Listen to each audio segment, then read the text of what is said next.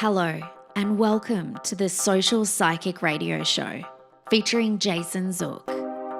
In uncertain times, we must change our focus and priorities. This show will highlight social justice issues with the goal of expanding minds and increasing unity, love, and mutual respect for ourselves and our planet. We support the Black Lives Matter movement. Our show aspires to promote social spirituality, which simply means that by coming together, we can solve any of our problems, including the goal of bringing an end to all forms of hate, discrimination, bias, or oppression. We must protect our environment, reform our criminal justice system, and protect every citizen from police brutality. When we come together, it becomes possible to bridge the gaps that plague our society and divide us from within. We the people means everyone. Hello and welcome to the Social Psychic Radio Show. This is Jason Zook. It's with great pleasure that I have the opportunity of introducing special guest, Alyssa Couture. Alyssa is an author, fashion designer, and fashion entrepreneur. She's currently focused on her fresh, inspired, healthy fashion campaign in conjunction with promoting her upcoming fashion book. She's a fashion expert with over 15 years of experience in a number of roles. Some of those have included fashion business, fashion designing, creative designing and directing, styling, merchandising, journalism, fashion retailing, and fashion show production. Apart from fashion, Alyssa has a spiritually driven lifestyle, having previously lived in several ashrams and monasteries. Alyssa is currently writing and promoting her upcoming soon-to-be-released fashion book. The book establishes an alternative, modern approach to clothing, fashion deemed medicinal. Alyssa's website is www.hfcampaign.com. It's a great pleasure that I welcome Alyssa to the show. Welcome to the show, Alyssa. Hi, thank you so much, Jason, for having me. I appreciate you coming on. And I was just saying before we got on recording, I just really appreciate the opportunity of talking to you about this topic because it's ironic. But a few weeks ago, I thought to myself, I'd love to have on the show like something that's interdisciplinary, something that has fashion, for example, and spirituality. And it's like we're talking and I'm like, this is amazing because you meet that exact parameters. And I want to ask you, how did you get started to be spiritual? Let me rephrase my question. My first question would be is, how do you determine fashion and spirituality intertwined with one another? Well, that's a great question. And I can start off simply by stating many of the gurus in India and many of the monks in Asia, they wear cotton, primarily cotton robes. And the plant-based cotton is just that. It belongs in a spiritual setting, and we all basically should belong in a spiritual setting. With that being said, having this spirituality be a part of fashion is basically, it's an extension of ourselves and an extension of our well-being. So what we wear is a part of our practice of devotion, practice of ritual that is sacred to oneself. So when I talk about spirituality and fashion, I'm also bringing in a multi-dimensional perspective within the field of design. And that is being fashion that is multi-dimensional mentally, emotionally, physically, spiritually, energetically. So as you may know, because you have psychic powers, what I'm trying to develop is more psychic fashion. I love it. More enlightened, it's more aware, it's more awakened. And that is the type of design that I promote.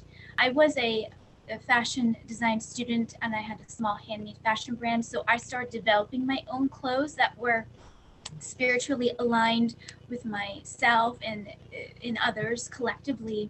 So I did get a taste in order to be able to design and develop a product that was wholesome, holistic. It empowered us. It makes us feel good inside and feel good and out. It makes us look and feel beautiful inside and out.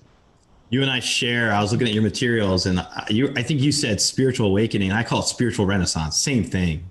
You recognize in your information, your book, I believe, to identify that we're on a new age, post-COVID, post-2020, whatever you want to call it. It's a new beginning for us to hit the reset button spiritually and really get in connection with our mind, body, spirit connection. I saw that in your materials too. I was so impressed with that. I was like, that's how I think. That's what I love.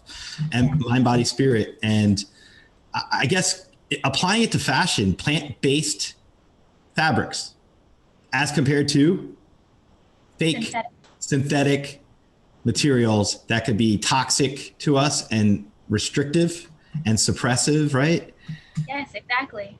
And so how do we change the way society looks at fabrics and bring it into because I'm already sold. I love what you're talking about. I believe everything has vibrations.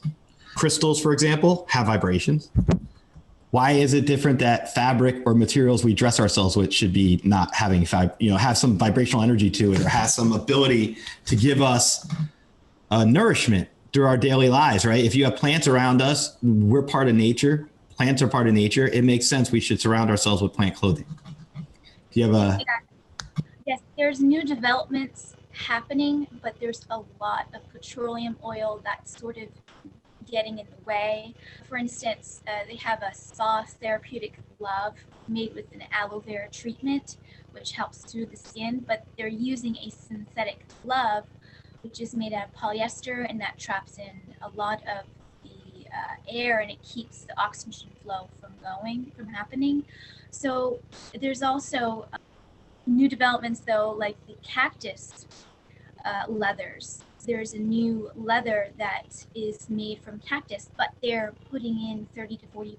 I don't know the complete percentage, but they're putting in a synthetic petroleum ingredient mixed into the healthy ingredients. So we're sort of butting heads with the petroleum oil industry and trying to create these healthy plant-based products. I mean, we could be developing textile pigments with crushed crystals, as you said. I love that. The crystal vibration. How cool would that be to be able to wear crystals on you, right? Like, and they have a little bit of the crystal powders in makeup, in the makeup industry, but like I said, it's not common, it's not popular. And this whole mainstream of healthy fashion is going to actually bring the new awakening and also bring a new type of development within all industries. So as the fashion industry becomes empowered and more and more plant-based and medicinal and mineral ingredients, I believe the other industries are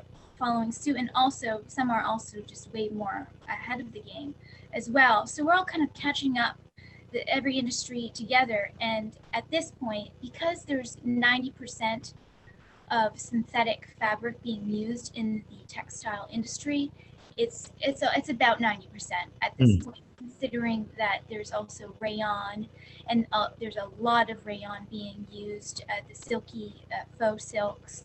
So the main reason why we wear plants is because it comforts us, it soothes us, it has a crystalline makeup.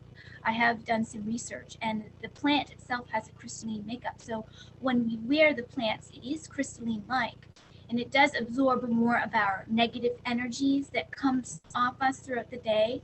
So it has a more of a supportive to the aura. It has more of a way to support the aura. And the last point I wanted to make was, basically, with our synthetic fabrics, it is a petroleum-based oil that's coming deep from the earth, and we're digging up all these fossil fuels, and it's not necessarily renewable. So we're digging up a non-renewable resource, and when we cover it in our body, when we cover it over our body, it actually does trap in the air extensively, to the point where it could be a medical issue.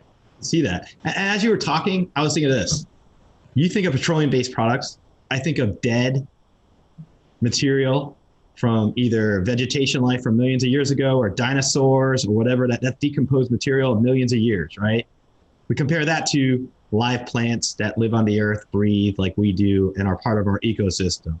When you compare those two, in my mind at least, the way I'm looking at it is like put gunk on you and be gunky and you feel gunky, or wear some amazing fabric plant-based material that you know is alive in essence and has a much better feeling to it. That's just, I'm thinking of the vibes of that. Does that sound about how you would look at it too? Or that's exactly what it is, and that's what I say in my own head. I repeat that information. It just, there's a strong comparison of difference, and that difference makes us be capable of trying to create something that we can wear and is actually edible too. That's another point to make. You know, we eat plants, but we can't technically.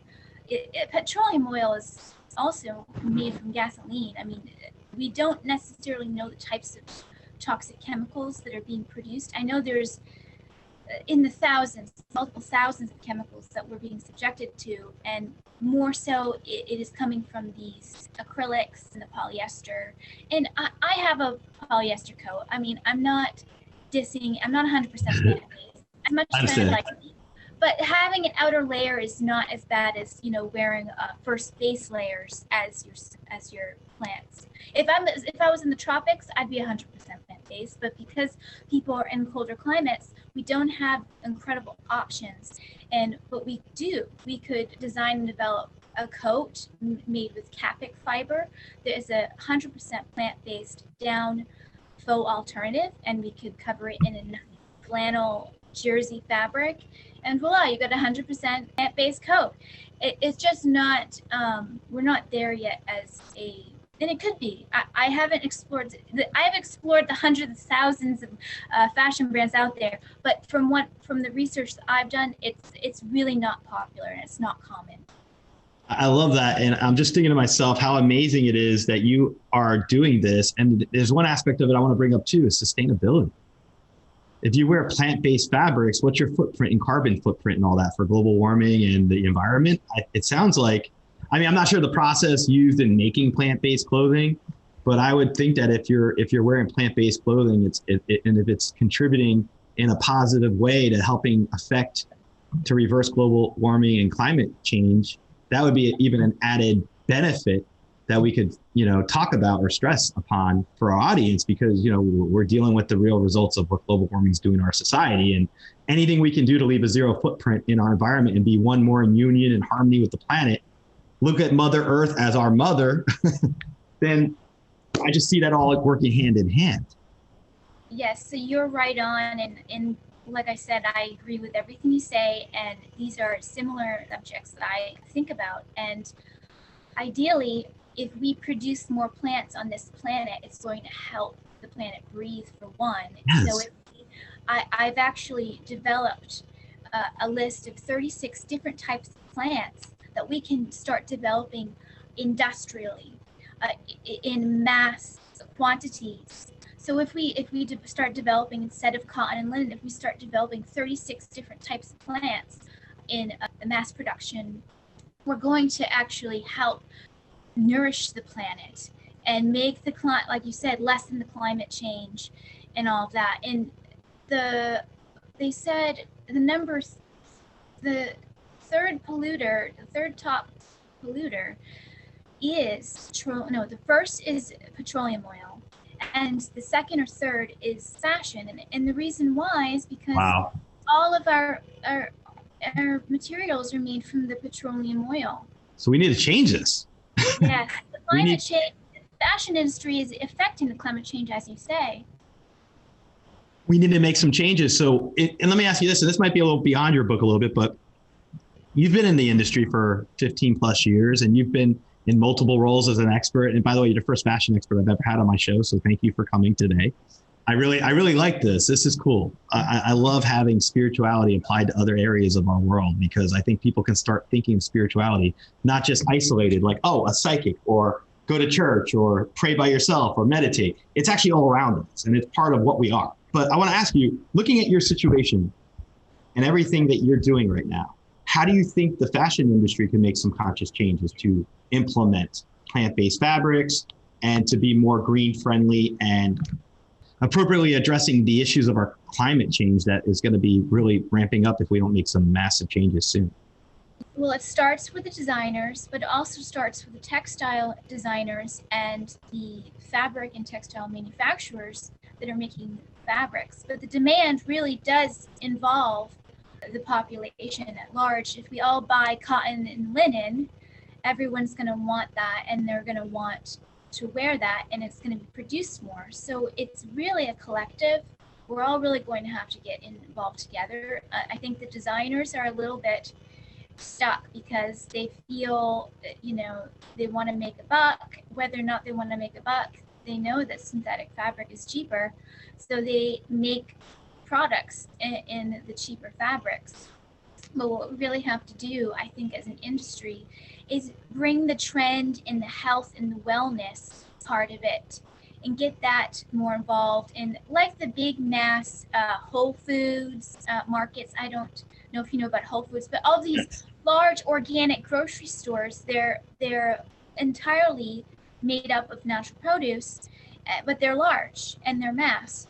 So what we have to do kind of is develop our brands and create more plant-based brands, more brands that are large, that want to say not just no to faux fur. I mean, not just say no to fur, but they want to say no to the polyester. And it's going to take time, but not so much time. We have to resonate what you said. We have to align ourselves and resonate with these fibers and these materials, because we're surrounded by the forest and the plants, and everything is covered in the plants. So being able to put it on our body gives us that connection. It gives us that plant connection. It makes total sense to me as you're saying that to me. It just makes complete total sense. How do you think designers will react with plant-based fibers? Is there anything that you think they'll have an aversion to, either cost or implementation or mindset changes? Like, what do you think of that based on your experience? Yes, I've done research, and there's plenty of plant-based designers. Not enough, though. I mean, nothing to cover the planet. What we should probably start doing is thinking about the Targets and the Walmarts and the mass retailers and implementing more plants into those stores, because this is a mass population, whether we want to believe it or not. And I know some of the local designers they're also producing. I don't want to minimize local produce and local designers. They're an incredible part of the community. But we really have to identify how can we bring the plant-based market to life. And we really have to introduce it to the people who are on economical budgets, and then create the cotton, the linen, the tencel, the hemp fiber, the nettle and whatnot, the bamboo fibers, bring all of those more into the mass retailers. That's what I believe will help prompt more of an initiative. In those types of trends, I believe high fashion follows low fashion follows high fashion. I think that we all kind of follow each other. There isn't really just a hierarchy anymore. I think we're kind of getting more balanced within that spectrum. So, I mean, I go into Target and I see some sustainable products more and more. And I think that there is not a history, but there's momentum happening. So much within the sustainable industry, but so much of the sustainable industry involves plastic, involves the polyester, because in order to be sustainable, let's wear plastic bottles. Well, the thing is, we shouldn't be wearing plastic bottles. It can be sustainable to take out of the landfills, but it shouldn't be protecting our body. The plastic bottles, it has BPA in them. Most plastic bottles have BPA, bisphenol, and that's a chemical that doesn't belong in the body. So, like I said, there's a lot of greenwashing in the sustainable industry. However, there's also a lot of good.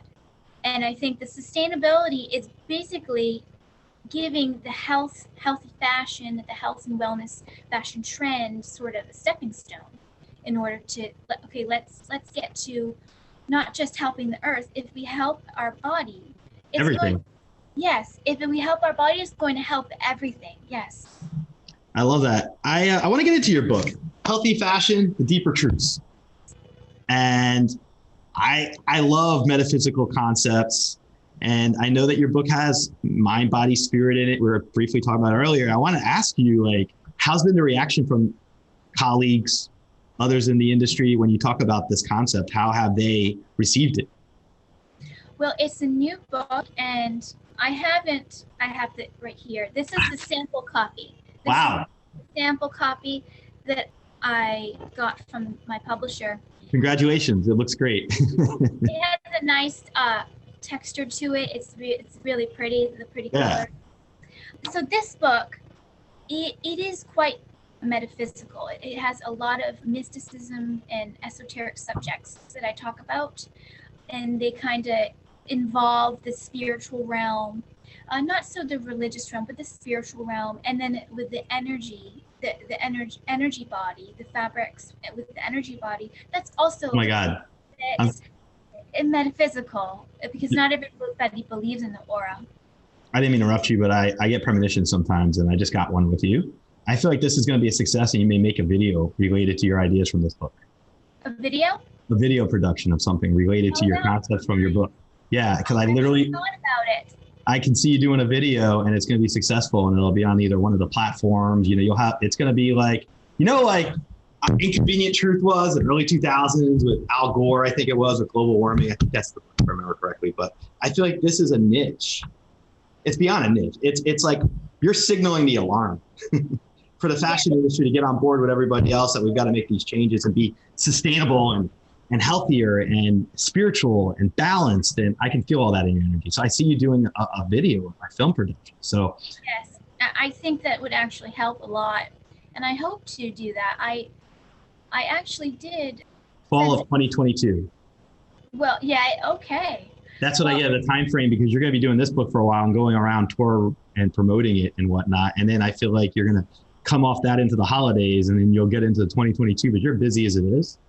So implementing, doing this and producing it, I feel like sometime next year. Well, that's exciting. Thank you so much. I love to hear stuff like that. It gives me hope. Yeah. Look at what you've accomplished in 15 years. I mean, I looked at your bio and I was like, oh my God, this is so cool. Like, you've done all the full spectrum of fashion related things.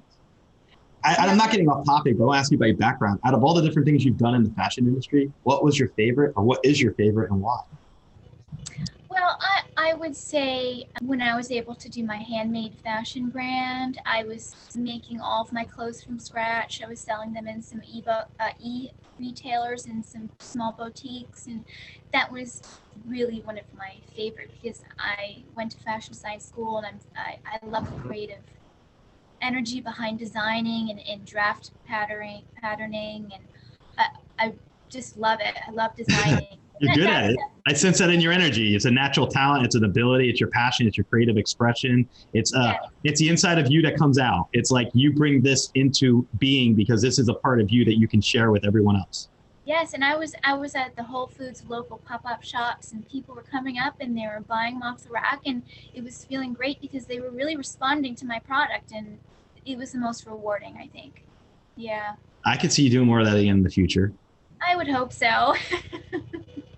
And I don't know if there's anybody that talks about doing like marine botanical products. Like, I don't know if there's the way you could take stuff from the ocean, like plant life from the ocean, and make it into fabrics too. That's exactly what I could see you doing something like that in the future. Well, I'm obsessed with that idea, and that's in the book, by the way. I wrote about that. It's coming off your energy, so that's why I'm bringing it up. It's in the book, and I wrote it in the book. Share that.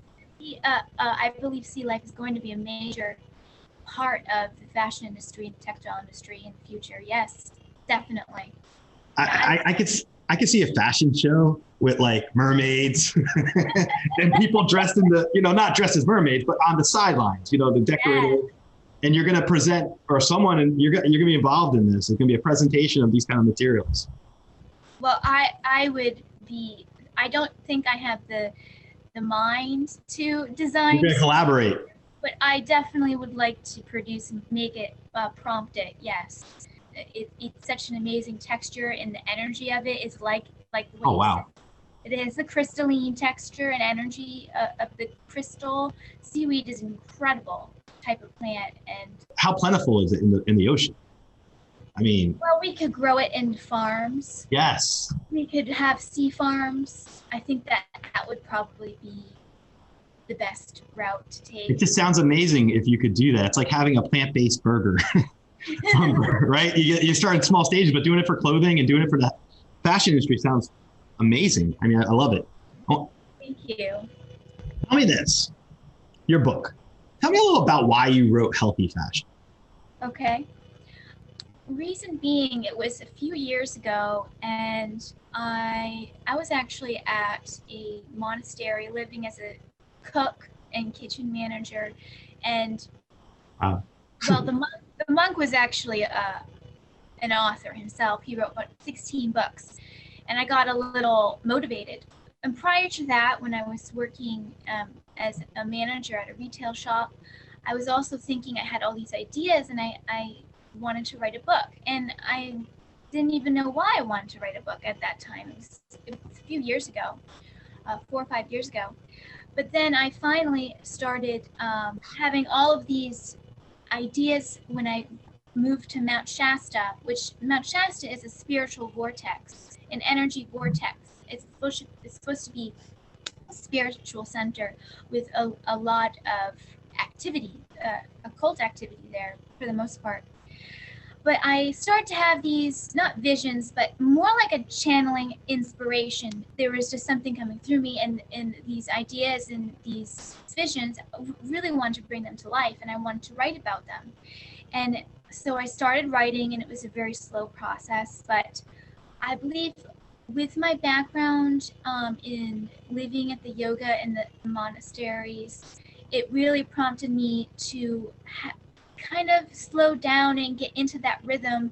And then when I went into the urban life and I, had the fashion jobs, that also gave me the inspiration, because I was working with the fashion all the time. I was having all these thoughts that I kind of wanted to do something with them. So this book is really ideally also, it's a part of the ascension, but I want it to be, normalized. I want it to be mainstream. I want people to be able to respond to it. So speaking about it on a health and wellness trend type of vibe, as well as a spirituality and metaphysical vibe, what you said, it's a multi-dimensional piece. It goes all the way around. It's very detail oriented. It has a lot of subjects, a lot of topics that really make it realistic, that make healthy fashion realistic as well. So back to the question that you said, what made me start? I guess it was just a chain of events, and I've always been a writer. I used to write poetry and short stories, and at that time I had ended up stopped writing completely. But then when I went to the mountain and visited the vortex, that really inspired me and prompted me, because I was connecting more with my spirit guides at that point. So interesting, you brought up vortex, spiritual vortices. I went to Sedona, and I know they had the vortices as well, and it changed my life. It's because of my trip to Sedona that I learned about and got activated to for crystal healing. So, and understanding vibrational frequencies and all those kind of things. So I can understand when you're talking about your personal experience yourself, the activation you go through when you are in that kind of environment and working in such a spiritual way, incorporating that in your lifestyle, I think is amazing. And I think that that's actually an interesting aspect of things, is to think about the energy where you're located could help inspire you. It could help give you creative ideas of things that help you develop your book, for example. And I just think that's fascinating to think about, because from my vantage point, people don't always think about energy vortices and how it could possibly help you with your mind, body, spirit dynamic and creatively creating a book, for example, and writing your own first book. When you were talking, I got the name Emily, and you were saying, well, I don't really know. I just wanted to write. And I got the name Emily, and it jumped off you. I don't know. I know you're spiritually enlightened. So if I was to say that you probably were an author in a prior life, and that you had someone by the pen name of Emily that you wrote under, and that's why you have this desire to be an author in your life now. And that's why you have your creative energy you have now. It's a form of intuition. You're very intuitive yourself. I believe so 100%, because I've been drawn to deceased authors for many years. Like 100 years ago? Is it like 100? I don't know. I have no clue, but I've read biographies from deceased female authors, and I always drawn to that. So I believe you're definitely correct. I feel that off your energy. Emily jumped off, and then I also feel like it may have been like 100 years ago in 1920s, the suffrage movement. So you might have been involved in that as a passionate person and then wrote creatively. Because I feel like you had a column or something 100 years ago. That's a pretty cool thing, whatever I'm picking up. Well, yeah, I mean, you look psychic. You can tell by I read energy, and you have a, you have a psychic look to you. Thank you. I don't know what that is it the haircut? I think your eyes definitely are very intense. That your eyes look very psychic. Like you can see an energy through your eyes that not everybody can really. I don't think everybody has it. It's like a psychic eye or something. But yes, I actually did listen to your podcast with you going to Sedona and visiting the vortices. And that's basically what kind of experience I had when I went to Mount Shasta. Beautiful. I got like sort of really connected to the other realms. Fashion isn't your only stay in this lifetime, and neither is writing, by the way. You're going to be doing more spiritual activities in your future. And I wouldn't be surprised if you're not like involved in group retreats or doing things that help with the fashion idea to it. It's almost like you might be doing things for people in the fashion industry, and you might put on an event at one of these weeks that you guys do. You might have like some type of an event you do where you help educate everyone and your book gets promoted to everyone. So that's something else I'm picking up for you. I have to write this down. I'm going to have to replay it and write all It's recorded. Yeah, that's great. No, this is all great information. Thank you so much for. Hey, no, you're my gift coming to the show. If I pick up stuff when I'm talking to people, I share it in my normal life. So why wouldn't I share it during an interview? No, I mean, you're amazing to share your voice for our audience, and it's important. And I'm so want to get all these different topics on sustainability and environmentalism and environmental justice and social spirituality. These are all things I'm very passionate about. So finally meeting someone else who shares that in a different subset, it's great. Yes. I loved everything you said, and I think you're spot on. I mean, and even with you resonating with my ideas and thoughts, it's very clear that it is advanced material, it's advanced methods, what we're talking about, but it's definitely something that everyone can participate in and appreciate and share in their life. Let's say there's somebody listening to our show, probably not a normal member of the audience. Maybe they're stuck on a train and they wanted to listen to a podcast, and mine's the only one that somehow came through on their phone with their internet connection, and they're listening to us and they're a skeptic and they don't believe anything we're talking about, What would you say to that kind of person to persuade them to come on to understanding the importance of healthy fashion and incorporating the kind of things we're talking about? I think that hopefully if they don't see it now, they're going to feel it later on in their life. They're going to feel it and see it later on in life down the road. If they don't have a sense of what it's about, or they don't feel connected to these ideas, I think maybe later on this could be like a new development, a new idea for them, but later on it might be beneficial to them. What's one thing about yourself that you don't normally share on an interview that you would share with our audience just based on right now at this moment that you're willing to share with us that you haven't shared before? A detail about you. Oh, wow. That's. You want me to go first? Yes. I'll be a nerd and go first. I love World War II documentaries. I've been watching them since I'm a little kid. I almost feel like in a past life, I must have been in the European theater because I've watched every documentary you can imagine, and I'm nerdy like that. And my grandfather served in World War II, but nonetheless, it's still me being nerdy, and not a lot of people know. That's awesome. Okay, then that helped me because I can say I love techno music. Yes. I am a huge fan of techno. Current techno or older techno? Like which? Everything techno, all techno. As long as it has a good beat, I love techno. EPMs? Yep. Yeah. Have you, and this is just an aside, but have you been to like music festivals and stuff where there's techno there? Yeah, don't typically go to those. Yeah, I was just curious. And techno is an amazing substrate for me. I used to love techno in high school and college, and I still love it now. And I think EDM music, I guess, is the I love new, EDM. EDM Yes. music's the new version of it. And I've definitely been into EDM a lot myself the last several years. And music's a healing modality. So we're technically talking spirituality right now. Yes. Because when you talk about techno, I'm sure there was a lot of techno you listened to during the pandemic and everything that was going on the past year. You know, like I felt music was healing for my soul when I got stuck indoors a lot and couldn't go out. And I'm sure it was. I think that techno has a frequency that we can use the frequencies of the music and put them through our body. It's the frequency of the music we can channel, and I think techno has that. Techno. I don't know. Well, I think one of my favorite things when I look at your book, and I wanted you to share with us, is to tell us in the concepts and principles like plant-based fibers or mental healthy fashion, what is your favorite concept for you personally that you'd like to highlight for our audience? Yes, so I believe that ergonomic design is going to be the future for the healthy fashion industry. And ergonomics is producing clothes for efficiency and for comfort.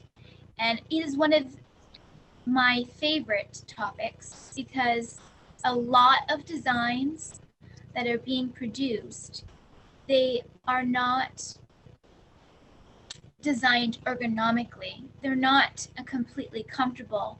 And I believe that we can, as a industry, for the design industry, if we can study ergonomics, and I have about 10 to 15 pages about ergonomics, ergonomic fashion. It's about designing not just for efficiency, but for comfort and for serious comfort, like for therapeutic healing. And that's the type of ergonomic design that I'm talking about, a therapeutic fashion design. Could that be something like breathable clothing if you live in a hot climate, or would that be like give us, if you could give me just one example, that would be great. Yes. I'd love to hear this. Yes, kind of like spa fashion. My favorite. Shoes with built-in acupressure points. I mean, I believe it's been done, but it's not common. Ergonomics, meaning stretch fabrics with bio-based stretch spandex versus the synthetic, but stretch fabrics being a huge part of ergonomics because it helps us move to, you know, our own body. It helps us move in this flexible cotton. Cotton alone is ergonomic. I believe you're definitely wearing cotton. Yeah, you know what's funny? I normally wear my social psychic shirt and it's not cotton, and something made me say, I'm going to put on a cotton shirt today. I'm really glad I wore one. In light of our show and our talk. It just looks so comfortable, and it's actually it's an ergonomic design because cotton is it's a phenomenal, amazing fiber, and I can't stress cotton enough how amazing that fiber is for us therapeutically. Sure. And I think of cotton sheets, you know, the high thread count cotton sheets that you can lay in. And yes. I have a sweatshirt that's partially polyester and I can't get rid of it. Too comfortable? I have a sweatshirt. It's like 20% polyester. A few of my items have 20% polyester, but they're so comfortable. Yeah. It's ergonomic. Sure, it makes sense. I understand. That's why we can kind of get around it a little bit and deal with synthetic fibers until we get to the level where we have an abundance of plant fibers. Think of it this way. I believe heavily in small wins. If we can change 10 percentage points less and start from there and get people used to that change, right? Incrementally over time, it's just one extra substrate of us trying to reverse global warming. That's the way I see it. And we're being spiritual, and we're helping our bodies, and we're helping nature. But if you think of it, small wins matter. And something like this, a small win matters. And you know, the representation of that small win is your book, in my opinion. It's not a small win in that respect, but in terms of it, you ever think of a pond and you throw a pebble and it creates the ripples? Yes. The ripple effect? Your book has the ripple effect for mindsets in the industry to understand this concepts from a lofty area into concrete understanding. I think that's what you're going to do, is decipher a lot for a lot of people by them reading your book. Thank you so much. That's what I sense. I want to ask you, for concepts in your book, Universal fashion and cultural integration. Can you explain what that means to our audience and why it would be an important concept in your book? Yes, this is a strong point in topic, and it being there's a lot of segregation involved when we wear traditional fashions from our cultures, and many different cultures have advanced their fashion into it being more popular, trendy. And I think that we all really have to come into a realm of perspective where we universalize fashion, we create a language that everyone speaks about and that everyone talks about. And it's not about everybody wearing the same thing. It's about basically advancing fashion and creating more of a balance in this world, so we can all sort of be a collective as a universe, collective as a planet, and not just a collective as a country. One of the things I thought of when you were talking about it is, how about the diversity, right, of our cultures? And even within, like, for the United States, for example, when we have different substrates of people that live in all different cultural varieties for fashion, right? I think there's different types of fashion in our country. And I was going to ask you about, how does cultural integration work internally within our country itself when you have, a melting pot? Thank God we're a melting pot. And how has that influenced fashion and its development and its future? That's a good question, and I hope that I can answer it correctly. You will. But basically, in America, culturally, I think we just have to advance our fashion. I have a good awareness of comfort, and we like trends, and that's sort of kind of getting involved into a collective trend, which is universal. So in America, it is a melting pot. And you actually make a good point. We really do have to bring in all, not costume, but traditional dress, bring in that into America even more. And those, the other corresponding countries can bring in American fashion, European fashion, wherever, Asian fashion. So I think what your question was basically, how do you integrate culture into America when it's a melting pot? Is that what Yeah. And in recognizing for different minority groups or different, it's a melting pot. So we should recognize everyone's part and appreciate it. But then we're also a conglomeration of everybody. It's like, let's celebrate our diversity and put that in. Yes, and I believe 100% that we have to celebrate diversity.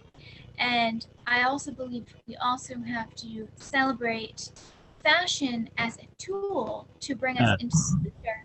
So futuristic fashion is really going to save us. Futuristic fashion is going to come into a realm, not so much alien fashion, but supernatural fashion. Fashion that is not completely out of this world, but fashion that is in a new dimension. And that, we haven't seen it in America. We haven't seen it really anywhere. Where is it? Well, like I said, it exists, but it's not a true trend. It exists as supernatural fashion, and it is part of advancing fashion, bringing it into a realm of new perspective. And that's another reason why I wrote Healthy Fashion, is to talk about the design aesthetic, where we can go with our fashion to communicate with people, to use it as a transport, a vehicle to even like other dimensions. And I know that sounds a little crazy. I love that. No. You're on the right platform. Yeah, so I believe that the trick with America in celebrating diversity, I think we can all utilize what we have, all of our costume, all of our fashions from history and now, and then we can also advance them into futuristic fashion. That's personal to anyone. It's a personal thing, what futuristic fashion means to them. You say that, I think of George Jetson, but I love the idea. I love the idea of it. And one of the things that I know someone listening to this right now, or whenever they hear it, is going to ask themselves, okay, this sounds amazing. I'm in. I'm going to get this book. I'm going to start making healthy choices in my fashion decisions. But I'm on a budget, and what can I do right away? Well, Yeah. yes. So you basically wear the most comfortable fashions that you own, wear the most of your plant-based fabrics. You can wear lots of different colors for color healing, for therapy. Um, you can wear your own wardrobe, but when we start perceiving our fashion as being a part of this evolutionary awakening, we're going to have a deeper connection with our clothing. So we can actually buy a new wardrobe or keep our own wardrobe and bring our connection within deeper. Having a deeper connection is really a part of this fashion awareness, this healthy fashion awareness. You're going to get my little comment coming up. A lot of people won't, but you will. I know you will. How about the idea of using energy healing on fabrics?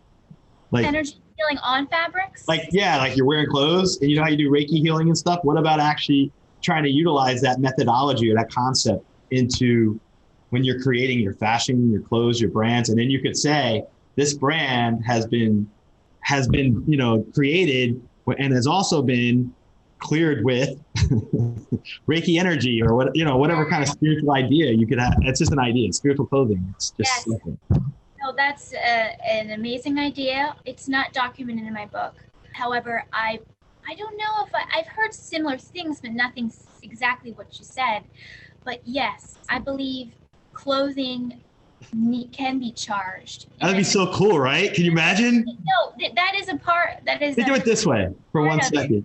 Let's say you have somebody who suffers, you went through a breakup and they're really depressed, and you can go to the store and pick up a spiritual shirt that when they wear it, it has rose quartz infused into it, and it's Reiki charged, and it's all with the power of intention or whatever. And the person puts that, you gift that shirt to that person when they're going through a hard time, and they can wear that shirt and have that sentimental value with it. That would be cool if you could use clothing in that way or fashion in that way. That's a beautiful way of putting it. And that would be an important step into making fashion futuristic. I would love to see people do that. Yeah, definitely. That's awesome. When you look at fashion itself, it's kind of like a foreign thing to me, fashion itself. The one thing I'll say about fashion, from my perspective, I've had value to certain shirts I wear, certain outfits I wear that have memories. Like for my birthday at a certain year, I look at pictures. That was my favorite blue shirt back then, or those were my jeans that were comfortable. Or from a trip, I bought some clothes in Australia or did certain things that I hold on to those clothes forever. And I wanted to ask you about the sentimental value that we attach mentally to clothing. Like our favorite shirt or our value, how does that factor into your value, your evaluation of how we are connected to our clothes? Yeah, I mean, you're obviously very connected with fashion based on all of the content that you've spoken about fashion. Thank you. Definitely. Your materials are really good to read. No, but yes, I completely believe that these sentimental connections are something more. And it's part of a therapeutic process that we have. And it's not just a material, it becomes spiritual. There is a spiritual energy behind certain clothes. I know that I have a specific sweatshirt that I put on and I can relax. I can all of a sudden relax putting this sweatshirt on. So yes, I think that there's specific pieces of clothing that people connect with, and they need those items in their life in that moment as a part of their life process. And I think I could go deeper with that, but I love that.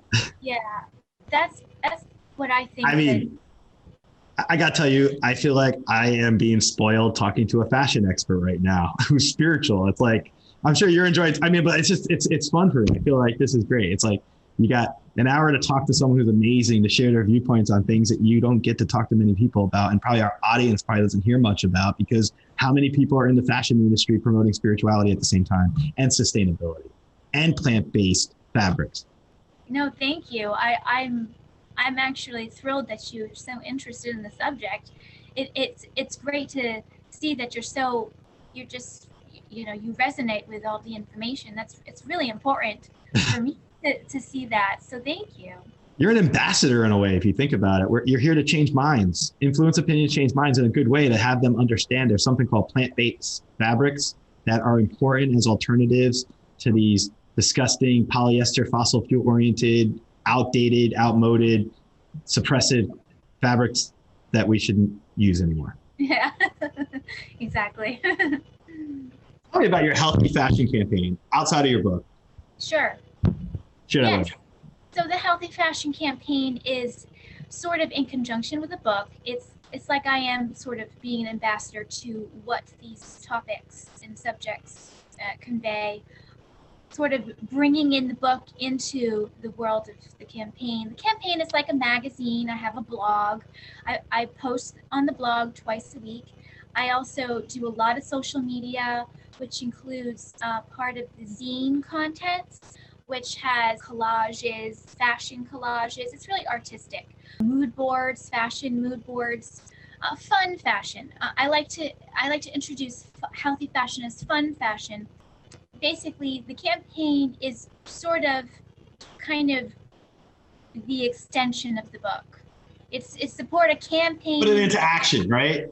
Yes, yes. The go-to after the book is now out. You have now this campaign.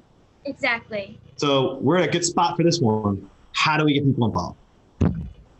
You can go to my website, and you can go, and on the bottom of the website is my newsletter. And my website is www.hfcampaign.com, and that's Healthy Fashion Campaign. H as in healthy, F as in fashion. So www.hfcampaign.com. That's my website. And then I have a blog there with lots of reading material, some fun free resources, worksheets, and printables. And I have my social media accounts. Instagram, I'm most active on. Facebook, Instagram, and Pinterest. Do you go by your name on Instagram? My Instagram is HF Campaign. Okay. So it's at HF Campaign. I'll be adding you because I'll be promoting it through Instagram and my other platforms, but at least I know how I'll find you on the other ones too. But I just want to make sure. So, and if our audience wants to add you. Yep. Absolutely. I feel speechless talking about these things because these hours go by fast. These interviews go by fast, I should say. Even in light of our challenges right now with our environment and things that we're going through with global warming, how confident are you that the changes you're recommending in your book will be implemented in the future? I'm going to try my best and do everything I can to make the book heard, because I do believe that plant fashion and using fashion as a healing modality is the future of progressing the planet and evolving the planet. So yes, I'm going to try my best, and I believe it's going to be successful. Yes, I have no doubt. I have no doubts. I can tell you that because I can just tell when I'm talking to you, we're discussing things and I feel things, and I can tell you, connecting to you energetically, you're made for more success. You're going to do a film or some type of production, and I see creative projects for you. And I also see other books. I think this is one of 3 books you may eventually do to others, and there may be something else that you're going to touch upon more on cultural aspects of future fashion. And I feel like you'll have another one after that that talks about, I don't know what else, but I feel like you'll have 3 books total. You're right. That's what I sense. So you're just at the start. So when you get those other 2 books, I'm right here. I would love to feature them and talk to you about this topic even more, because fashion is an expression of us. Yes. It's an expression of our individuality. It's an expression of collectivity, right? We all come together, we collaborate and create these amazing looking things and beautiful expressions of ourselves. And think about it. You're an artist. I mean, there's no doubt in my mind, you're an artist, you're creative, and you're also a thought leader yourself. And you have a lot coming up for yourself that's not just this book. Oh, so thank you so much. Buckle up. There's good things ahead. Oh, thank goodness. That's a relief. Absolutely. I see you do more international stuff in the future too. Awesome. Traveling abroad, Europe.